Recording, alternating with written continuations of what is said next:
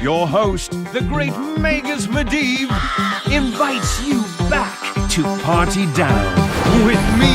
Come inside, meet your friends at the door. We've got a feast like you've never seen before. Shake your stuff to our musical beat. Play life-size chess, but don't you dare cheat. Most of all, throw your worries away. Dive right in, you'll never be the same. This is a place of funky, magical phenomena. Anything goes for one night in Karazhan.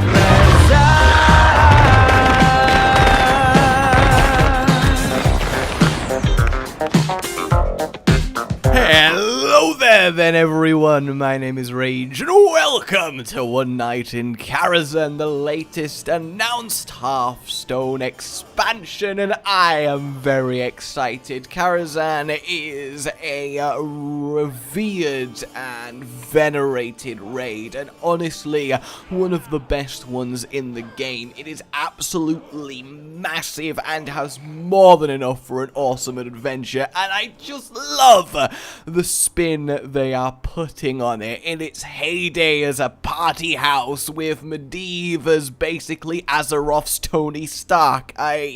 Yes, I love it when Hearthstone takes something in WoW and just adds that little silly but awesome flair to it. So as you can see, Karazhan these days, well, not doing too hot after Medivh got corrupted by demons and basically went on just an itsy little bit of a rampage, leaving everyone in the tower to live out their final moments in eternal damnation and partying.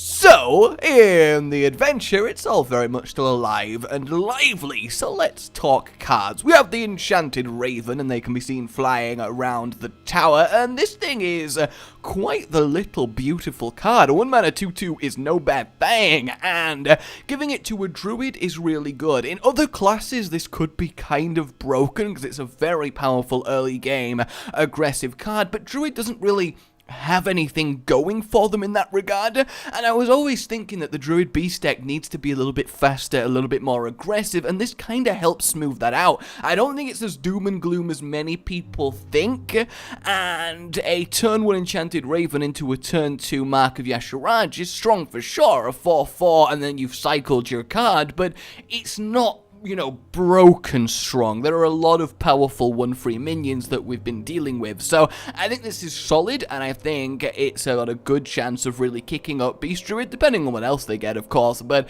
it's just a good, nice card.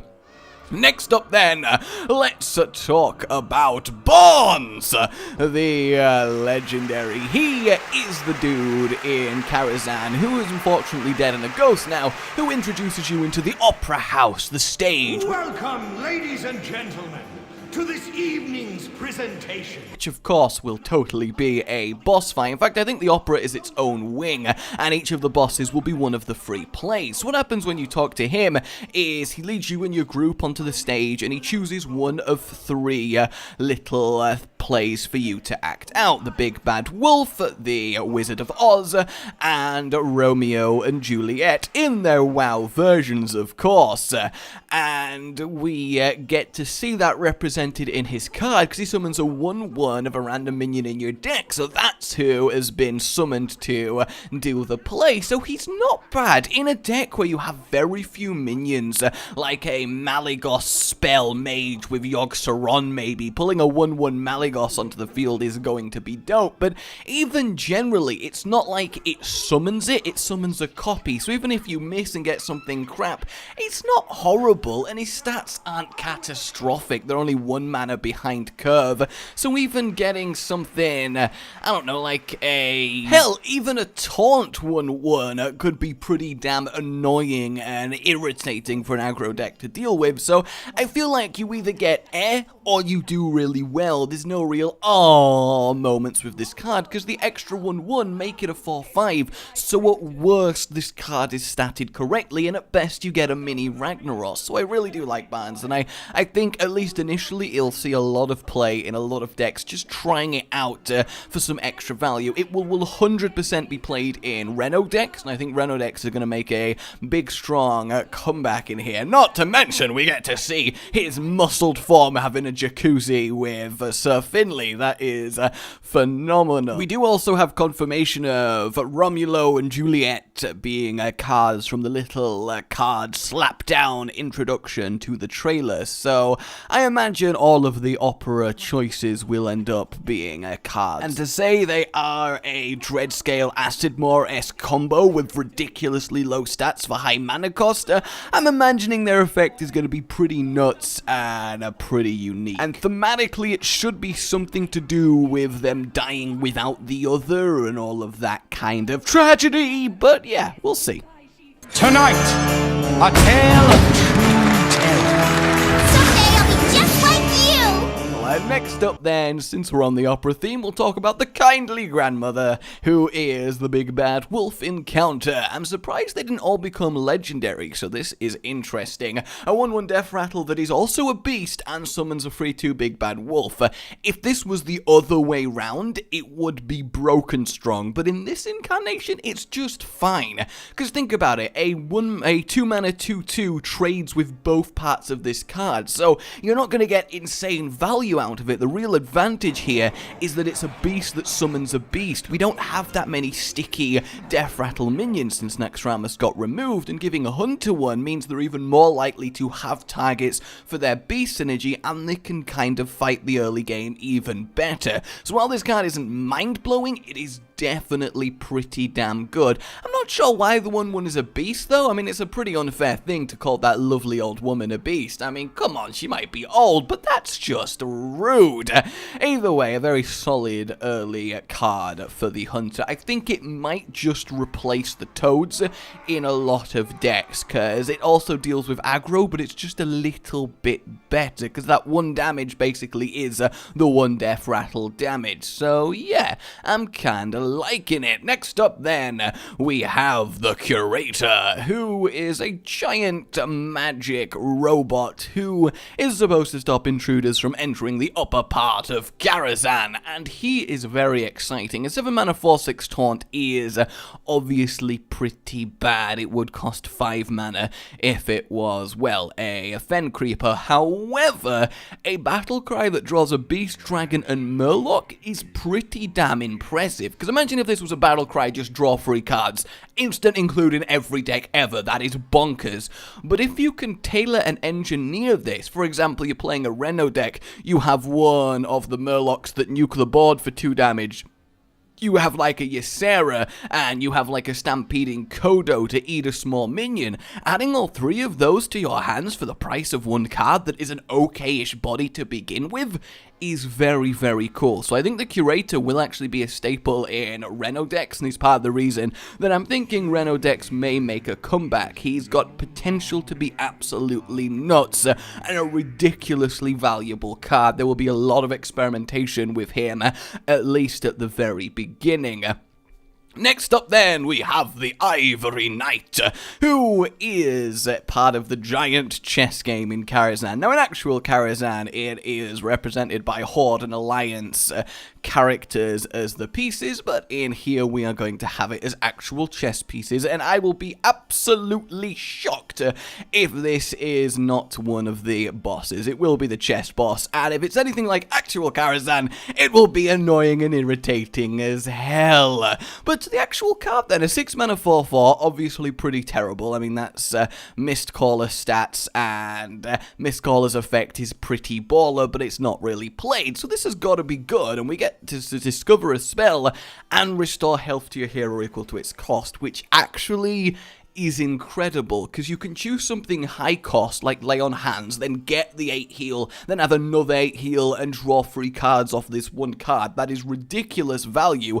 Or you play it and choose a more useful low cost card that you can play more immediately, get less healing, but maybe you don't need it in that situation, and you get a nice little advantage. Choose a Consecrate, or hell, even the Divine Shield plus free attack, just to press your advantage on the board. This is a very flexible, useful useful healing card, and I think Control Paladin will definitely see 2 of these in, because they are just very useful. I'd honestly say a lot better than Tuskar Jouster, and Tuskar Jouster was being played. I don't think missing those 1/1 stats is gonna hurt it all that much. It might end up simply being too slow, and despite being a good card, it's just not playable, depending on how the meta shifts a little bit with an injection of new cards, but generally speaking, in a vacuum, it's really pretty swish.